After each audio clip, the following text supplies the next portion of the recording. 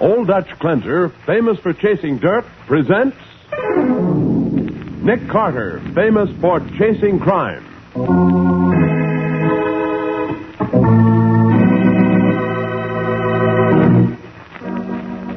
Every week at this time, two great names are joined as Old Dutch Cleanser brings you one of the most resourceful and daring characters in all detective fiction, Nick Carter, Master Detective.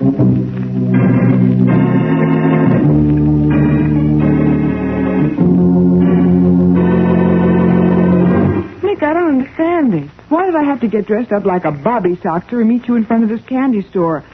Hey, are you going to buy me a soda, huh? No, Patsy. You're going to sell magazine subscriptions. Sell magazines? Why? To find a pair of killers. And now, the case of the Sunken Dollar. Today's adventure with Nick Carter, brought to you by Old Dutch Cleanser. At 5 o'clock Monday afternoon, a heavy-set man and a pretty red-headed girl walk down the twisted streets near Maiden Lane and enter the musty shop of Jason Grange, one of the biggest coin dealers in the East.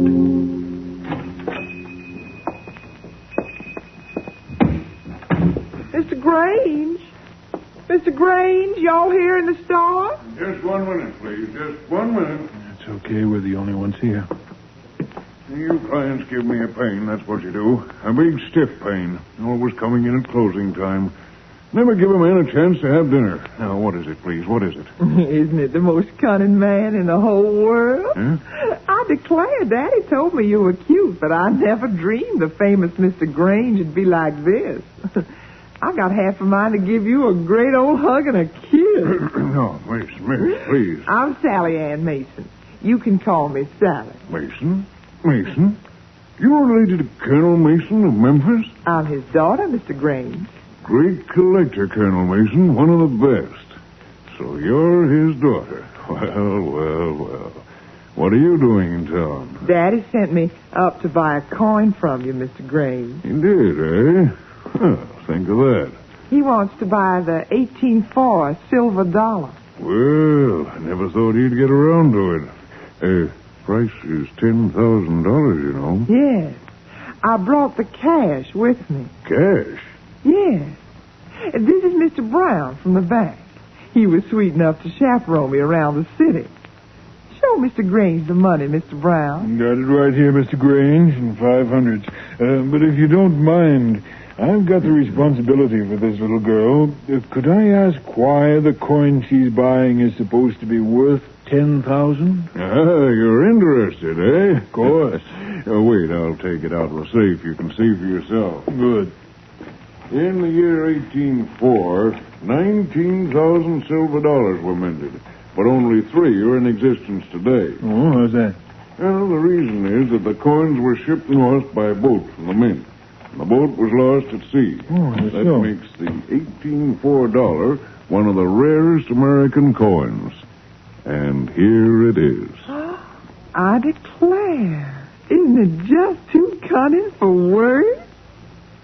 Okay, Louie. Sure, Hazel. What's this?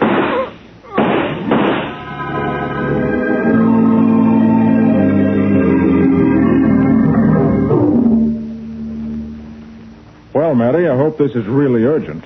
You've interrupted 3 reports and a lab analysis with your hurry-up call. Not to mention making me miss my dinner. Nick, this is really a mess. Murder with assorted trimmings. Oh? Yeah. This is the body of Jason Grange, coin collector and dealer. Murdered about an hour ago. 3 bullets, dead center through the heart. I see. Well, what are the trimmings? In the first place, Grange was shot with the craziest-looking bullets I ever saw. Huh? A medical examiner just extracted them. Here, take a look. Conical slug with the point squared off. Huh? Yeah, you know what it is? Sure.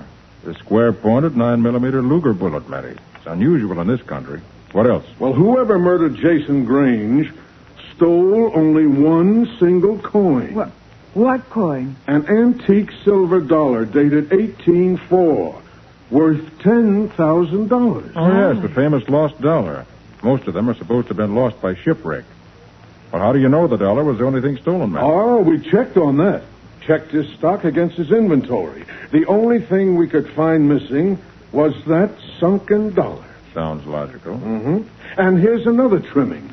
Before Grange died, he scrawled the numbers 1804 in blood on the floor. You see it? Oh, yes. Gets curiouser and curiouser. Yeah. Anything else? Yep, and this'll kill you. Under the counter, we found the corner of a $500 bill. Looks like it was torn off accidentally. Here. Ah, this is very interesting. Happen to notice that the engraving is rather fuzzy, Matty? You got quick eyes, Nick. Took me 10 minutes before I noticed. What are you two talking about? This is a piece of counterfeit money, Patsy. Well, Nick, let's see you put it together. Why did the killer only steal the $18.04 when he could have taken a fortune in money and rare coins? And how come the counterfeit $500? There's just one answer, Matty. This was murder for advertisement. Murder for what?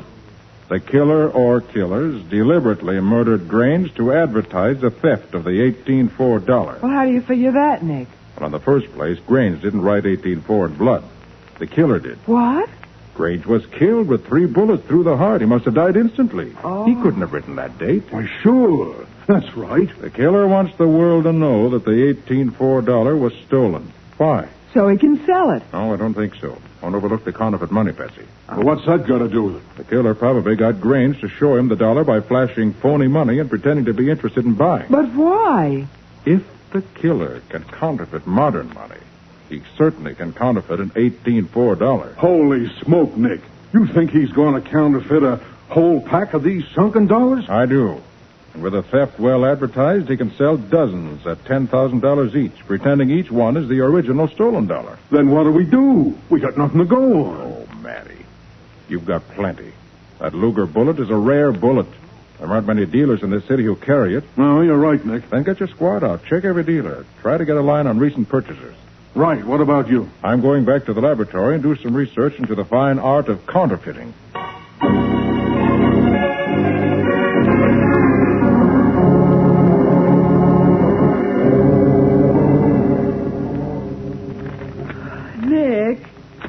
Nick?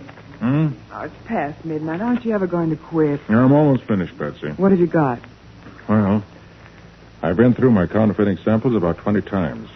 I think I've eliminated all except 5 of them. Oh, good. Each of those 5 closely resemble the work on this note. Get our files on counterfeiters, will you? Uh-huh. Ready. First sample, Jerry Hall. Jerry Hall. Jerry Hall, at present serving 20-year term in Atlanta. That lets him out. Hal Moore. Hal Moore. Dead. Killed in 45. And gets us down to 3. Joe Mitchell. Mitchell. Out on parole, working in Chicago. Maybe Joe's gone back to the old racket. Larry Denby. Alcatraz. Peter Baker. Baker.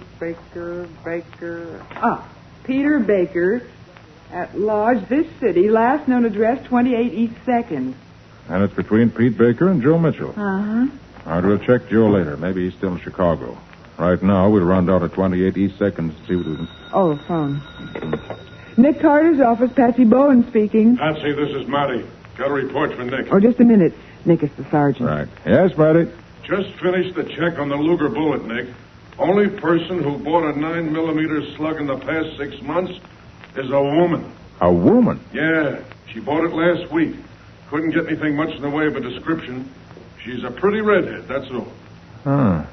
All right, Matty, thanks. Maybe I'll have something to report to you in an hour or so. Yep, such as what? I'll know as soon as I've spoken to Pete Baker.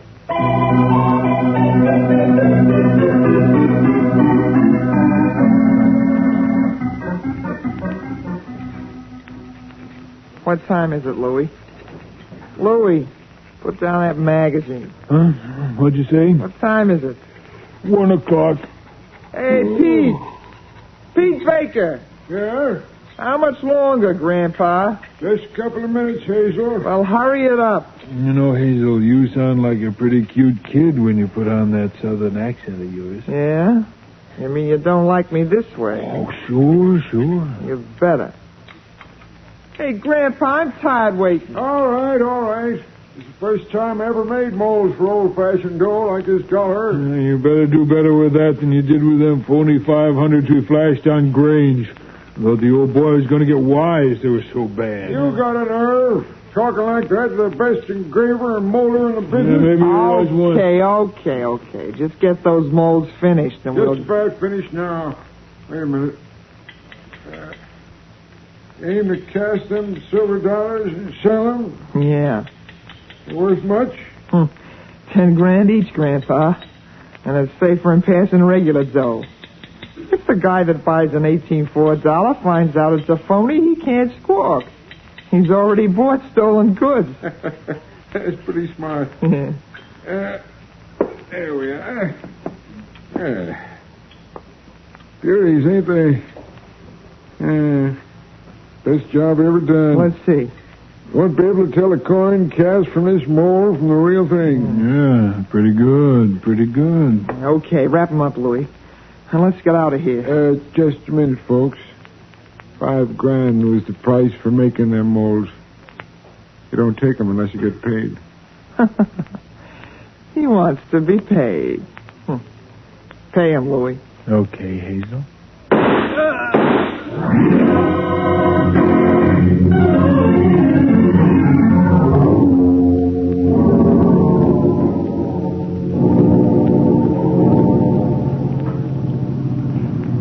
This is 28 East 2nd, Patsy. Come on. Oh, I feel as though I'm walking in my sleep. It's only a little after 1. We'll be finished soon. Nick, look at the sign on the door. It says this building's been condemned. Yeah, so I see. And we're out of luck, huh? Not necessarily. Unfortunately, it's not unusual for people to have to live in a condemned building until it's actually torn down. That's true. Certainly be an ideal place for a hideout. Well, let's see what we can find anyway. Golly, it's dark as pitch in here. Get my flashlight out. There, it's better. Oh, Nick, this place looks deserted. Maybe. This apartment's certainly empty. So's this one. Oh, this is a wild goose chase, Nick. Now, wait, there are a couple of empty milk bottles outside that door down the hall. Oh, they've probably been there for months. Not so fast, Patsy. We can't afford to jump to conclusions. Let's take a look in that apartment anyway. Okay. There's some furniture in here, Nick. So I see. Nick, you smell that perfume? Somebody's been in here recently. Yes. The smell is too strong to be very old. Uh-oh. Oh, Nick. Is that Peter Baker there on the floor? Yes. And he's very dead.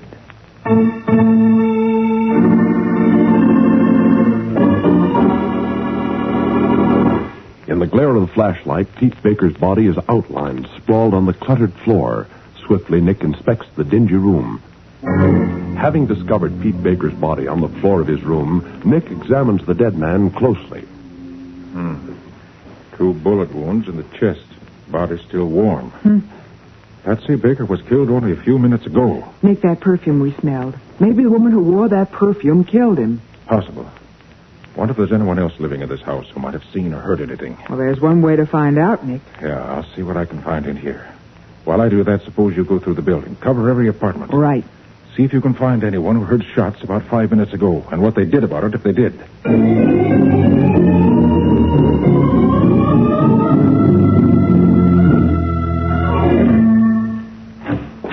Nick, I've been to every apartment in the building. What did you find? Nothing. They're all empty. You find anything? I did. There was a woman in here with Baker. I found this long red hair. Oh. And I think there was a man with her. Well, why do you think that? Found the cigar butt under that chair. Probably where he sat. See all the cigar ashes on the floor there? Yeah, but couldn't Baker have left it there? No, I doubt that. Baker smoked a pipe. It's still there on the floor where he dropped it when he was shot. Yeah. Nick, what do you think happened? Baker must have been making a mold for them. Uh-huh. His blowtorch and crucibles and other apparatus are still warm. Nick, could he have been making a mold of the $1804, do you suppose? Very likely, the way this case ties together.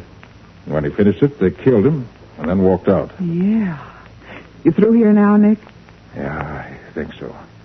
We'll call Matty and go home and get some rest.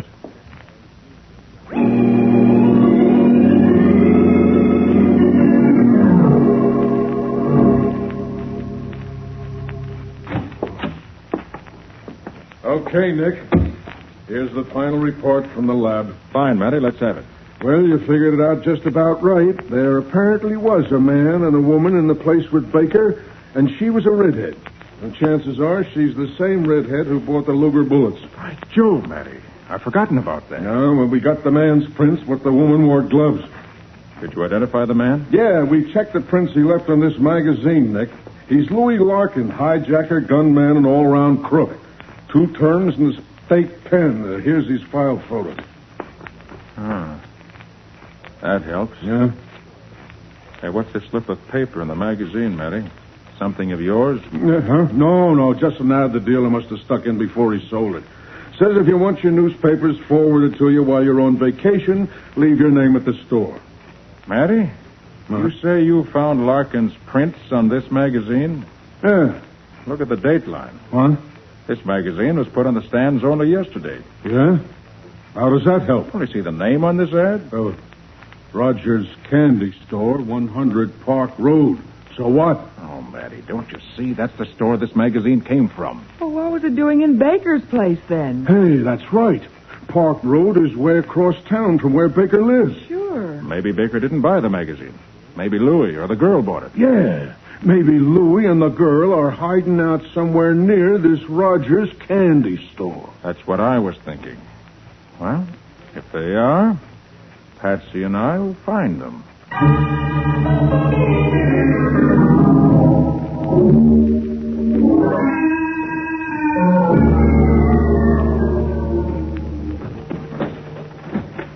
Louis, Yeah, Hazel. got the bags packed yet? Yeah, just all finished, Hazel. I've been going over the list of coin collectors, Louis. Got a nice schedule worked out. Yeah? And we hit Chicago first. There are 3 collectors there. 10 grand each makes 30 grand. Hey, swell. And St. Louis, Cleveland, New Orleans, El Paso, L.A., Frisco, and Seattle. The way I figure it, we'll split 300 grand. Easy. Yeah, we sure should. Pretty cheap for knocking off a couple of punks, huh? You said it, Hazel. You remember to get the train tickets yesterday? Oh, sure. They're on the dresser there in the envelope. Right. Yeah, I gotta hand it to myself, Louis. It's a foolproof racket. Some of these collectors are crazy guys.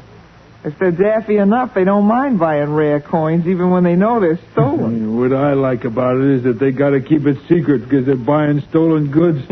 They got to cover up for us. It's foolproof, Louis. 100% fool. Hey, What's the matter? come to the window quick. Well? Down on the corner in front of the candy store. Yeah. See that tall guy standing there with magazines under his arm? Yeah, I see him. That's Nick Carter. Nick Carter. Yeah. Hustle up with that packing, Louis, and let's get out of here. Yeah, I'll say. Maybe Carter's around just by accident, or maybe he's on to us.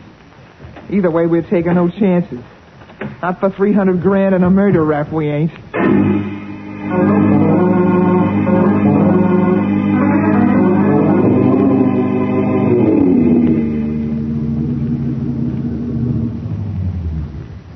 Over here, Patsy. Hurry up. I got here as soon as I could, Nick. Do I look enough like a bobby soxer for you? Oh, you look fine. Well, I still don't understand.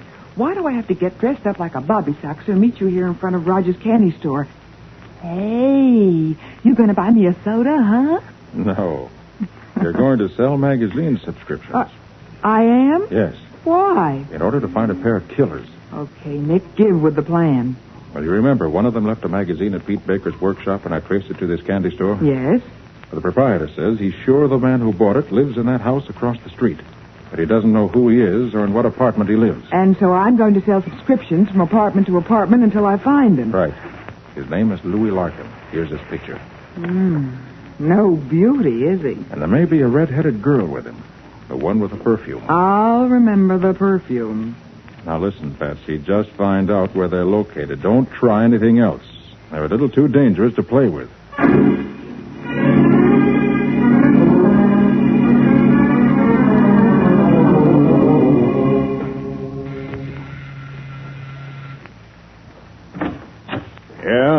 morning, sir. I represent the All States magazine. Beat it.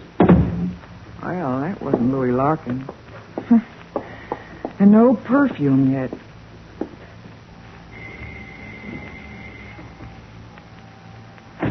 Good morning, madam. I represent the Universal and which is helping me work my way through college by the sale of magazines, in which I'm sure you won't be interested. Well, why shouldn't I be interested in literature? Come on in, honey. Come in.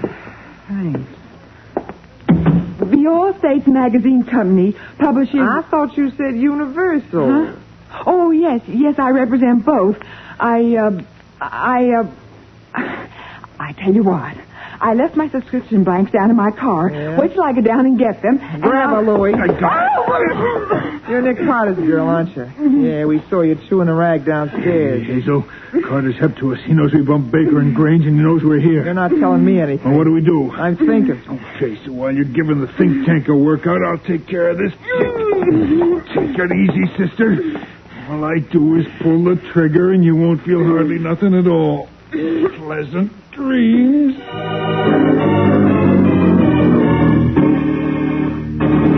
Patsy struggled helplessly as Louis Larkin aims his Luger automatic at her heart. We'll see what happens in just a moment.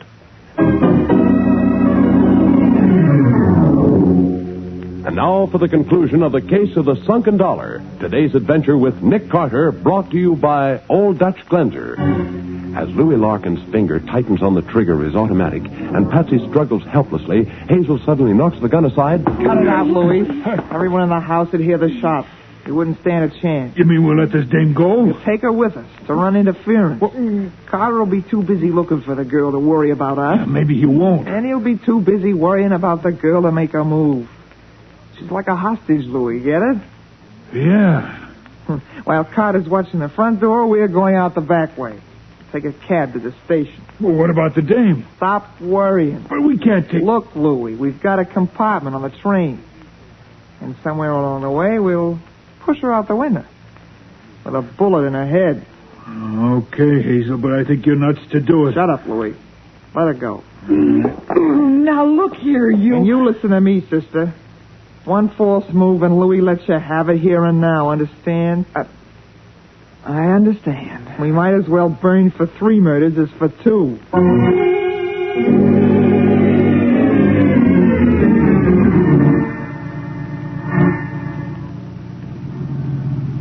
There's a hack coming, Hazel. Hey, taxi! Taxi! Get in, honey. Okay. The train terminal driver. And will you please close the glass partition? I'm awfully cold back here. Terminal? Okay, lady. I'll close the glass. Okay, we made it. Carter will wait for the girl to come out, maybe 10 minutes. Then he'll start looking. Yeah, he won't find nothing. What a laugh. We'll take the first train out. Hey, maybe that don't go to Shy. And we can always get to Shy later. Maybe we'll start on the West Coast for now, huh? It's okay with me. The further from Carter, the better. Look, I'll make a bet with you. $100 to 1 cent that you don't get away from Nick. We've already got away, sister. Is it a bet? It's a bet. Only trouble is you won't be around to collect even if you win. Hey, where are we?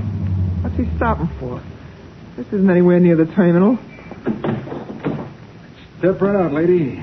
Let me help you with your bags, Mr. Oh, we all don't want to get out here. I said the train terminal. This isn't the terminal. You crazy? What is this place? Police headquarters, Louis. What? What'd you say? Don't move. Come on, Patsy, you get out first. Okay, Nick. Nick Carter? Yes, Hazel. My name is Nick Carter. I will just pile out of this cab, luggage, gun, mules, and all, and walk quietly into headquarters. Sergeant Mathison wants to talk to you about some assorted thefts and murders. All out, please. Oh, before I forget, 1 cent, please, Hazel. I not only win the bet, I'm here to collect.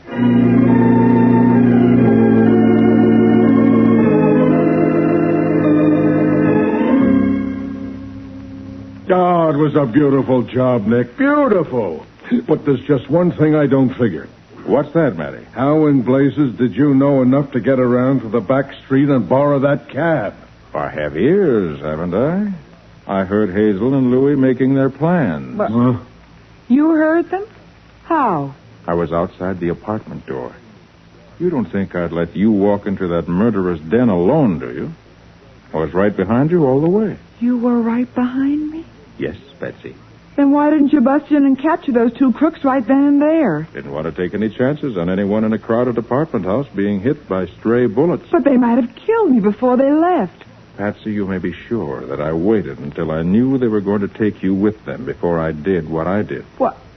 Say, that was quite an act. All state magazines, Universal magazines. You didn't trust me to do it all by myself. You treat me just like a baby. No, Patsy. I hate you mere man. Now, Patsy, easy. You know, if it comes to that, how come you were so positive Nick would get Hazel and Louie? Oh, I heard all about the bet. $100 to 1 cent. Oh, that. Yeah, you were betting on a sure thing yourself now, weren't you? You knew Nick was the cab driver. Well, I did not. I never recognized him. Then how come the bet? Because I knew I could trust Nick, which is more than he can say for me. But, Patsy, if I hadn't followed you to protect you, I wouldn't have been able to win that bet for you. Well, all right, you win. Heaven knows you always do.